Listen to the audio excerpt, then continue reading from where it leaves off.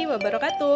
Bertemu kembali bersama saya Bu Tami di PJJ Kimia, dan kita sudah memasuki pertemuan yang ke-10. Udah masuk pertemuan ke-10 aja nih ya. Semoga kalian tetap semangat untuk terus belajar, tetap sehat, dan tetap harus selalu merasa bahagia gitu ya. Oke, setelah di pertemuan sebelumnya kita sudah membahas mengenai menentukan 4 bilangan kuantum gitu ya. Nah, sekarang kita masuk di menentukan golongan dan periode. Masih menggunakan konfigurasi SPDF yang sama, tetap hafalannya tetap dipakai ya, yang SPDF ya. Saya tidak lelah untuk mengingatkan kalian untuk selalu mengingat materi itu ya, untuk yang SPDF itu. Nah, sekarang kita apa? Kita akan menentukan golongan dan periode. Sebelumnya golongan itu dibagi dua, ada golongan utama dan golongan transisi gitu. Untuk transisi sendiri dibagi dua menjadi transisi luar dan transisi dalam, atau blok D dan blok F. Nah, kita bahas dulu yang golongan utama nih, atau golongan A disebutnya. Ada dua blok nih, ada blok S dan blok P, di mana jika S-nya sama dengan 1 sampai dengan 2, berarti dia termasuk ke dalam golongan 1A sampai dengan 2A. Jadi gini, kan S itu maksimal isinya 2 ya. Nah, ternyata kalau di akhirnya si S itu isinya 1, berarti dia termasuk golongan 1A. Sedangkan kalau si S isinya 2, berarti dia masuknya golongan 2A, dan seterusnya gitu ya. Kemudian untuk golongan utama blok P. Nah, kalau P ini harus selalu ditambahkan dengan S. Ingat, kalau S maksimal isinya 2, P maksimal isinya 6. Oke, kita anggap sebagai S-nya selalu isinya 2 gitu kan. Berarti P-nya kan bisa 1, 2, 3, 4, dan seterusnya sampai 6. Nah, jika S ditambahkan dengan P jumlahnya 3 sampai dengan 8, berarti dia golongan 3A sampai dengan golongan 8A. Jadi misalkan gini, kalau si S-nya jumlahnya 2, si P-nya jumlahnya 3, kita jumlahkan. Berapa jumlahnya? 5. Kalau 5 berarti dia termasuk golongan 5A gitu ya, dan seterusnya gitu. Makanya ingat aja kalau P itu selalu ditambahkan dengan S. Dan kemudian untuk golongan transisi ini dibagi dua, ada blok D dan blok F, dimana kalau blok D itu disebut dengan transisi luar, sedangkan kalau blok F itu disebut dengan transisi dalam. Nah, kalau untuk blok D sama dengan P, jadi harus dijumlahkan dengan S. D itu kan maksimal isinya 10, S itu maksimal isinya 2 gitu. Kalau S ditambah D hasilnya sama dengan 3 atau sampai dengan 7, berarti dia termasuk golongan 3B sampai dengan 7B gitu ya. Kalau utama golongan A, kalau transisi luar itu termasuknya golongan B gitu.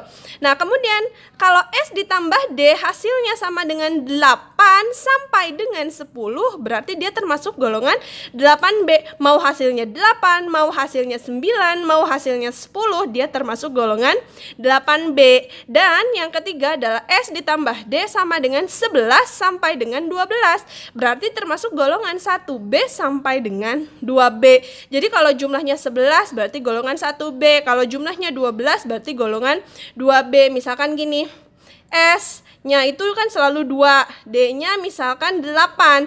Lihat, S ditambah D berapa? 10 kan? Nah, nggak ada kan golongan 10. Nah, kita lihat di sini aturannya. Kalau dia jumlahnya 10 berarti termasuk golongan berapa? Golongan 8B. Seperti itu gitu ya. Nah, untuk yang blok F sendiri itu termasuk transisi dalam disebutnya ya. Nah, transisi dalam ini dibagi dua, ada golongan lantanida sama golongan aktinida. Kalau golongan lantanida itu selalu semuanya berakhir di 4F. Nggak peduli F-nya jumlahnya berapa. Kan F itu maksimal isinya 14 ya. Mau F-nya isinya 1, F-nya isinya 2, yang penting depannya 4F, berarti dia termasuk golongan lantanida. Sedangkan kalau dia 5F, berarti dia disebutnya sebagai aktinida. Oke, sekarang kita masuk di contoh soal untuk menentukan golongan dan periode. Misalkan saya punya Na atau natrium, di mana nomor atomnya itu adalah 11. Berarti seperti biasa kita konfigurasikan dulu ya. S, P, S. Cukup ya. Nah, sekarang tinggal kita isi 2, 2, 6. Udah 10, berarti sisa berapa? Sisa 1, berarti di S terakhir itu isinya adalah 1. Berarti kita nomorin 1, 2, 3 gitu ya. Sedangkan si P kita mulai berarti dari kulit kedua gitu. Nah sekarang kita lihat, nah yang paling terakhir itu ada orbital apa? Kan ada 3s1. Nah inilah yang dijadikan patokan untuk menentukan golongan.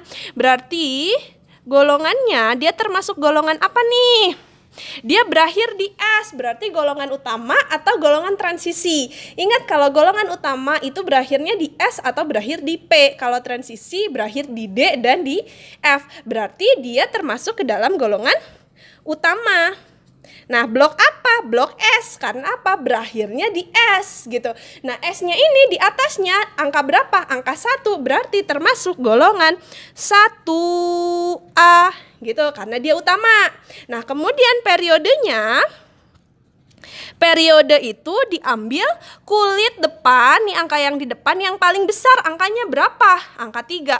Berarti periode 3. Nah, sekarang kita bisa buktikan bahwa Na itu ada posisinya di golongan 1A dan ada di periode ketiga. Gitu ya. Nah kemudian kalau F misalkan saya punya fluor nomor atomnya 9, kita mulai S, P, cukup ya, 2, 2, 5 gitu kan, jadi 9, berarti ini 1, 2, ini 2. Nah sekarang kita lihat ini yang terakhirnya apa? P. Oke, kalau di P berarti dia termasuk golongan utama atau golongan transisi. Masih golongan utama karena berakhirnya di P.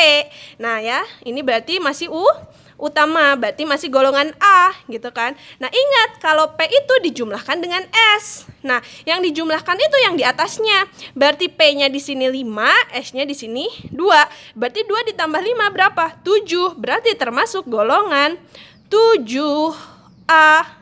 Gitu. Periodenya, periode berapa? Ingat, angka di depan kulit yang paling besar. Ini ada 1, 2, dan 2. Berarti paling besar berapa? 2. Nanti kalian bisa buktikan bahwa fluor itu ada di golongan 7A periode ke-2. Seperti itu. Lanjut, contoh yang ketiga. Saya punya kobalt atau CO. Nomor atomnya itu adalah 27. Gitu. Kalau kita konfigurasikan berarti S, P, S, P, S, D. Cukup ya. 2, 2, 6, 2, 6, 2. Udah 20 ya. Sisa berapa? Sisa 7. Boleh ya di D isinya 7 gitu. Berarti 1, 2, 3, 4 gitu. Berarti si P mulai dari 2, 3. Kalau si D mulai dari 3 gitu. Nah, sekarang kita tentukan golongannya. Nah, si CO ini berakhir di mana? Konfigurasinya berakhir di D. Kalau di D berarti termasuk apa? Termasuk transisi.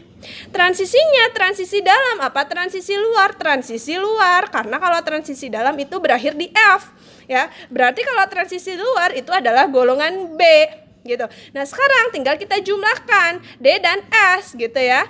Berarti 7 ditambahkan dengan 2. Berapa 2 ditambah 7? 9. Berarti kalau 9 lihat aturannya. Kalau S ditambah D hasilnya 9 berarti termasuk golongan 8. Gitu ya. Karena tadi aturannya jika S ditambah dengan D hasilnya sama dengan 8 sampai 10 berarti golongan 8B gitu. Periodenya periode berapa? Sama aja kalau periode berarti cari angka di depan yang paling besar. Ini kan 1, 2, 2, 3, 3, 4, 3. Berarti yang paling besar berapa? 4. Berarti periode 4. Kita nanti bisa buktikan bahwa kobalt itu ada di golongan 8B dan periode ke-4. Lanjut. Kita masuk ke misalkan cerium. Cerium itu nomor atomnya adalah 58. Oke, kita mulai. S, P, S, D, P, F. Cukup ya.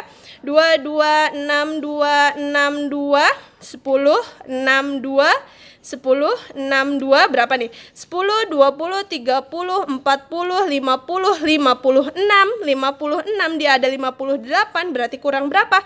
Kurang 2. Berarti F-nya isinya 2. Bisa langsung kita tebak sebenarnya berakhir di mana? Berakhir di F. Kalau di F berarti transisi gitu ya. Transisinya apa? Transisi dalam gitu ya.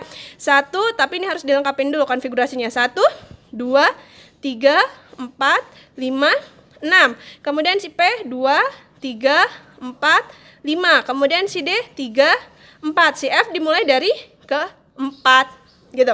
Nah, dia berakhir di mana? Berakhir di 4F. Berarti masuk ke golongan apa? Golongan transisi kan? Transisi mana? Transisi dalam. Dalam itu dibagi 2. Ada yang 4F dan 5F. Nah, ini berakhirnya di berapa? 4F. Berapapun isinya tidak berpengaruh, gitu ya. Kalau di 4F berarti dia termasuk golongan lantanida gitu. Periode berapa? Cari angka depan yang paling besar. 1, 2, 2, 3, 3, 4, 3, 4, 5, 4, 5, 6, 4. Berarti berapa? 6. Ada di periode 6. Berarti cerium itu termasuk ke dalam golongan lantanida periode ke-6. Gitu ya. Oke, sekarang kita mari buktikan bahwa Na ada di periode ketiga golongan 1A. Betul ya? Periode itu artinya baris ya, Nak ya. Nah, selanjutnya ada apa? Ada Fe. Fe itu ada di periode kedua golongan ketujuh, tepat juga ya. Kemudian ada CO. CO itu dia transisi luar, golongan B, benar ya. Dia ada di golongan 8B periode keempat. Dan yang terakhir ada cerium. Cerium itu berarti dia ada di golongan lantanida periode ke-6. Seperti itu, berarti tepat semuanya ya, Nak ya. Setelah ini silahkan kalian screenshot untuk soal yang harus kalian kerjakan dan kalian kumpulkan. Oke ya, silahkan dimulai. 1, 2, 3. Oke, terima kasih banyak. Oke, mungkin untuk pertemuan kali ini sampai di sini ya. Jika ada yang ditanyakan sekali lagi silahkan ditanyakan di WhatsApp grup ya. Tidak usah japri. Oke, Nak ya. Oke, terima kasih banyak. Semoga kalian dapat memahami ilmunya dengan baik dan semoga ilmunya pun bermanfaat untuk kalian ya. Terima kasih banyak, tetap bahagia. Wassalamualaikum warahmatullahi wabarakatuh.